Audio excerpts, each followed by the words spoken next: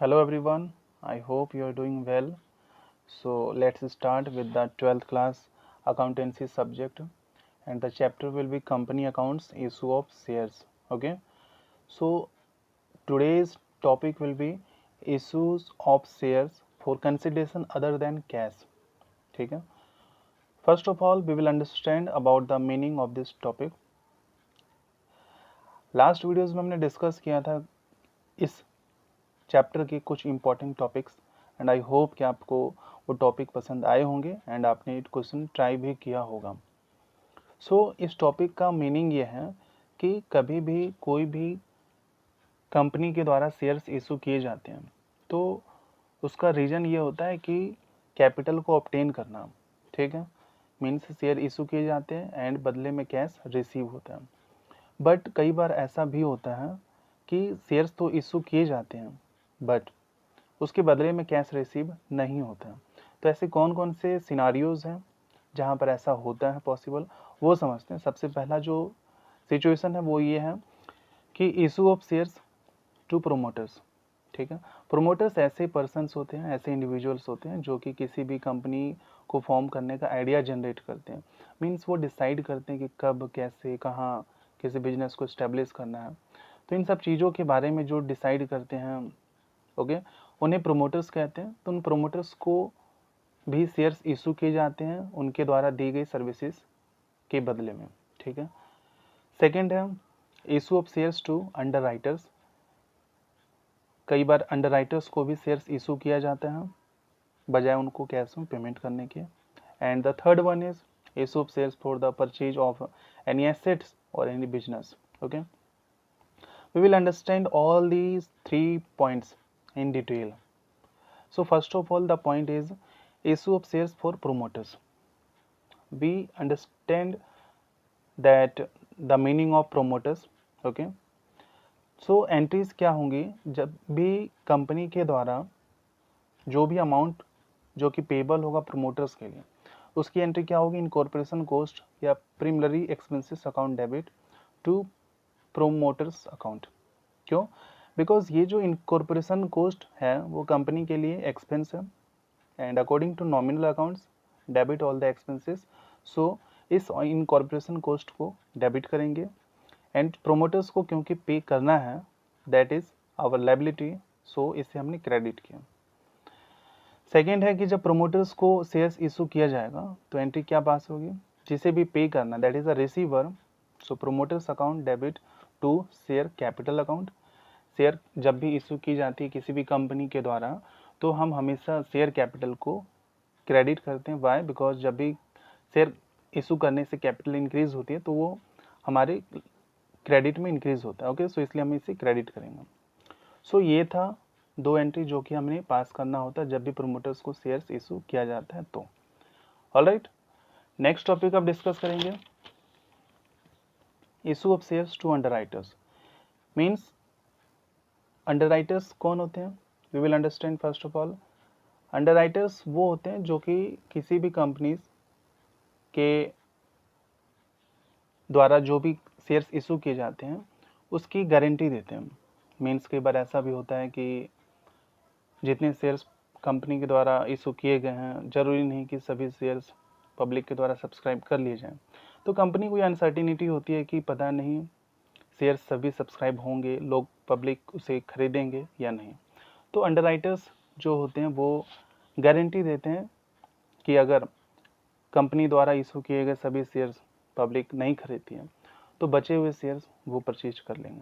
तो उन्हें अंडरराइटर्स कहते हैं. तो अंडरराइटर्स को भी कमीशन दी जाती है एंड उस कमीशन जो कि ड्यू होने के टाइम पर जो एंट्री पास करनी है वो ये है कि underwriting commission account debit to underwriters account. क्यों ऐसा किया हमने? क्योंकि अंडरराइटिंग कमीशन एक एक्सपेंस है and according to nominal accounts debit all the expenses, इसलिए इसे हमने डेबिट किया.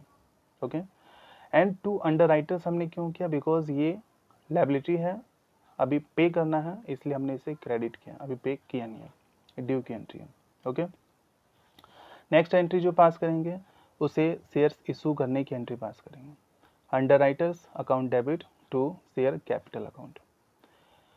अगेन अंडर राइटर्स को जब हम पे कर रहे हैं, शेयर्स इशू कर रहे हैं, तो जो अंडर राइटर्स की लायबिलिटी थी वो खत्म हो रही है। लायबिलिटी जब क्रिएट हो रही थी तो हमने अंडर राइटर्स को क्रेडिट किया, जब वो लायबिलिटी खत्म हो रही इसलिए हमने अंडर राइटर्स अकाउंट को डेबिट किया। और जब भी शेयर्स इशू करते हैं तो हमेशा शेयर कैपिटल अकाउंट्स को क्रेडिट करते हैं, इसलिए हमने टू शेयर कैपिटल लिखा। ऑलराइट, आई होप कि समझ में आया होगा आपको। नेक्स्ट है कि जब भी किसी भी बिजनेस को या किसी भी एसेट्स को परचेज करते हैं तो जनरली हम क्या करते हैं, जनरली हम पेमेंट करते हैं कैश में या बैंक से पेमेंट करते हैं। बट कई बार ऐसा भी हो सकता है कि हमने कोई भी बिजनेस सपोज परचेज किया किसी वेंडर से एंड उसका पेमेंट कैश में करने की बजाय उसे हम शेयर इशू कर देते हैं। तो ऐसे सिनेरियोज में क्या होगा कि सबसे पहले उस बिजनेस को परचेज करते टाइम कुछ एसेट्स भी आएंगे हमारे पास, कुछ लायबिलिटीज़ भी आएंगे हमारे पास, ठीक है। तो जो एसेट्स आएंगे वो बिजनेस में आ रहा है and according to real accounts debit what comes in, इसलिए सन्ड्री एसेट्स अकाउंट हम डेबिट करेंगे, जो एसेट्स आएंगे उसे डेबिट करना एंड लायबिलिटीज जो भी आएंगे उसे हम क्रेडिट करेंगे। ओके, वेंडर्स अकाउंट में क्या होगा, जितने का एक्चुअल लायबिलिटी पे करना है, आई मीन कि वेंडर्स को एक्चुअल में कितना पे करना है, दैट इज परचेज कंसिडरेशंस, तो वो हम लिखेंगे वेंडर्स अकाउंट में, ठीक है। एंड जब परचेज कंसिडरेशन ज़्यादा होगा नेट एसेट से, purchase consideration means vendor account में मीन्स एक्चुअल कितना उसे पे करना, अगर ये अमाउंट नेट एसेट्स से, नेट एसेट्स क्या होता है, net assets means assets minus liability, that is net assets. So net assets से अगर ज़्यादा होगा परचेज कंसिडरेशन तो डेबिट में बैलेंस होगा और डेबिट बैलेंस को हम गुडविल अकाउंट्स में ट्रीट करेंगे, वो हमारा बैलेंसिंग फिगर होगा। ओके, या फिर हम दूसरी तरफ ये भी कह सकते हैं कि अगर एसेट्स को डेबिट कर दिया, लायबिलिटीज़ को क्रेडिट कर दिया, वेंडर्स अकाउंट्स को क्रेडिट कर दिया एंड डेबिट में कुछ बैलेंस बच रहे हैं, तो that balance will be consider as the goodwill accounts, okay, as a balancing figure. Just इसके ऑपोजिट, अगर एसेट्स परचेज किया, लायबिलिटी आई हमारे पास, वेंडर्स लिख दिया, अगर क्रेडिट में बैलेंस हमारा निकल रहा है, मीन्स डेबिट का अमाउंट ज़्यादा है इसका कम है, तो यहाँ कुछ ना कुछ बैलेंस होगा, that balance will B capital reserve account. Okay, purchase consideration जब कम होगा नेट एसेट से तो हम कैपिटल रिजर्व का बैलेंसिंग फिगर होगा, ठीक है। एंड जब हम वेंडर्स का पेमेंट करेंगे तो क्या लिखेंगे, vendor account debit to share capital account.